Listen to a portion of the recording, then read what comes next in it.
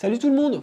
Aujourd'hui, je teste un nouveau moyen de transport, le skateboard électrique Bamboo GT de chez Evolve. Tout d'abord, mission déballage.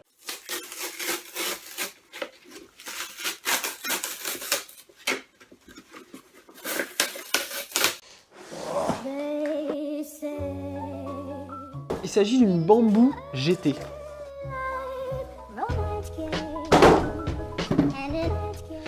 Pour la petite intro, ou plutôt pour la petite histoire, pendant longtemps j'étais anti-skate électrique.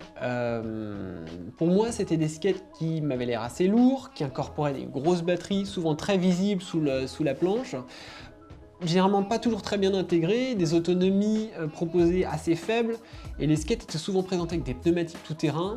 C'était des engins relativement bruyants quand on les voyait passer, et un peu trop m'as-tu vu à mon goût. Pour la télécommande aussi, on avait l'impression d'avoir la télécommande d'une voiture télécommandée, elle était très imposante. Bref, pour moi, ça allait un petit peu à l'encontre de ma philosophie du skate. Et puis, les choses ont beaucoup évolué ces dernières années. En fait, les constructeurs ont travaillé sur des planches électriques plutôt à tendance urbaine, dont le design et les performances ont progressé. La taille des batteries est beaucoup plus compacte. L'intégration des composants électriques est beaucoup plus fine et presque sans couture maintenant. L'autonomie a grandement progressé, il y a même des modèles qui proposent de parcourir jusqu'à 60 km maintenant. En termes de performance, on a des vitesses de pointe qui peuvent monter jusqu'à 45-50 km/h, des accélérations qui sont vachement plus franches qu'avant. En termes d'ergonomie, on a plusieurs modes de conduite, le poids global des engins a été allégé, on a entre 6 et 8 kg en général, et au niveau des télécommandes, on a des engins qui sont beaucoup plus compacts, qui tiennent dans la poche, etc. etc. Enfin, je dirais qu'au niveau de la fiabilité, pour terminer, aujourd'hui on n'est plus du tout en phase expérimentale. On a des engins qui sont conçus pour avaler des kilomètres, et qui peuvent être vraiment considérés comme des moyens de transport au quotidien, au même titre qu'un vélo électrique ou qu'une trottinette, à une différence près, c'est qu'ils sont beaucoup plus compacts qu'un vélo, et transportables sous le bras. Moi, ce que je cherchais, c'était une planche qui avait des bonnes performances, avec une autonomie supérieure à 20 km, sans avoir pour autant une batterie trop imposante et un poids trop conséquent. Je voulais un design sympa et une bonne compatibilité avec des roues de skate du marché type ABEC 11, les fameuses roues vertes et oranges qui sont assez répandues, qu'on trouve un peu partout. Et je voulais aussi avoir la possibilité d'avoir un SAV en France. J'avais vu des planches qui sont superbes, qui s'appellent les Boosted Board, qui ont de très beaux produits. Ils ont une belle intégration de l'électronique et des batteries, mais ils ont une autonomie qui est un petit peu faiblarde et une distribution qui est complètement absente en France. Donc mon choix s'est porté sur Evolve. En quelques mots, voilà la board. Plateau, 7 couches d'érable, 2 couches de bambou. On a une batterie de 36 volts située sous la planche, 6,5 Ah. Elle est rechargeable en 3-4 heures avec le chargeur normal et 1h30 avec ce qu'ils appellent le chargeur rapide, à éviter toutefois quand on a la possibilité de charger sur 4 heures de temps. L'autonomie annoncée est de 35 km pour un gabarit d'environ 75 kg. Donc après, ça dépend du gabarit, de la conduite, des roues utilisées et voire même de la météo s'il y a du vent.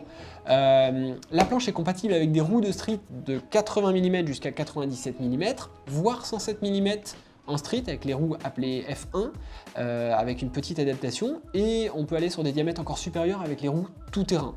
Il y a deux moteurs arrière de 3000 watts, la vitesse de pointe est située entre 36 et 42 km/h en fonction du diamètre des roues. Plus on a des grosses roues, plus on a une vitesse de pointe élevée, plus on a des petites roues, moins on va avoir une vitesse élevée, mais on va avoir plus de coups pour monter dans les côtes. Enfin, le poids global de la board est situé à un peu moins de 8 kg tout équipé, ce qui est plutôt raisonnable, et concrètement c'est la grosse différence avec un vélo électrique. C'est cette facilité de passer du mode route au mode piéton. Quand tu vas faire une course, tu descends de ta planche, tu la prends sous le bras et tu peux aller dans un commerce. Pas besoin de l'attacher, pas besoin de descendre de ou de monter sur. Il y a quand même une certaine liberté grâce à ça. Moi j'ai bien envie d'aller tester la bête, mais juste avant d'aller la tester, j'ai une petite customisation à faire. Ok. Donc il y a juste un petit truc que j'ai modifié là-dessus, c'est le grip. Ils ont fait un motif, ils ont le mérite d'avoir fait un truc qui est un peu original, parce que il y a un dessin sur la board. Mais moi je vais mettre un bon vieux grip traditionnel, un bon petit grip noir, tout sobre et discret. C'est parti.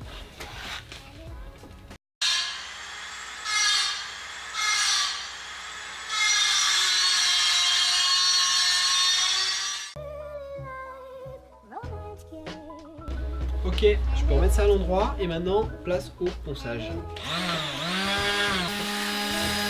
Ouais, ça se pose super bien.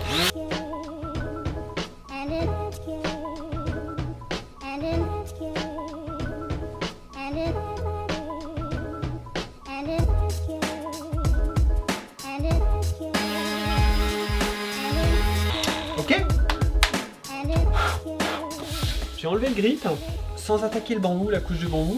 J'ai laissé même la déco apparente. J'ai été vraiment soft. J'ai mon petit grip que je vais appliquer, mais d'abord je vais nettoyer le pont avec un petit chiffon. C'est doux comme les fesses d'un bébé.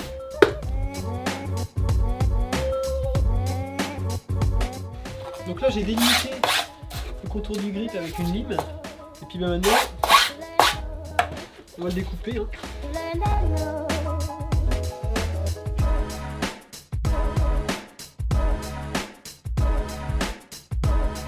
La petite découpe un peu touchy au milieu là.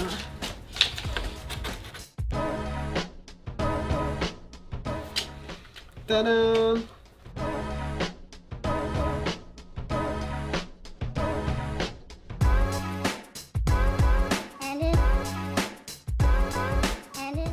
Il n'y a plus qu'à remonter le bazar et c'est parti.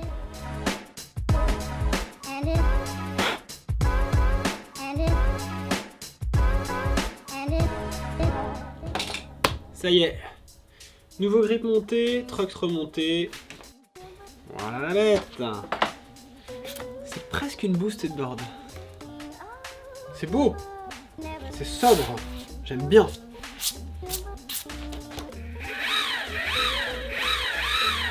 C'est parti!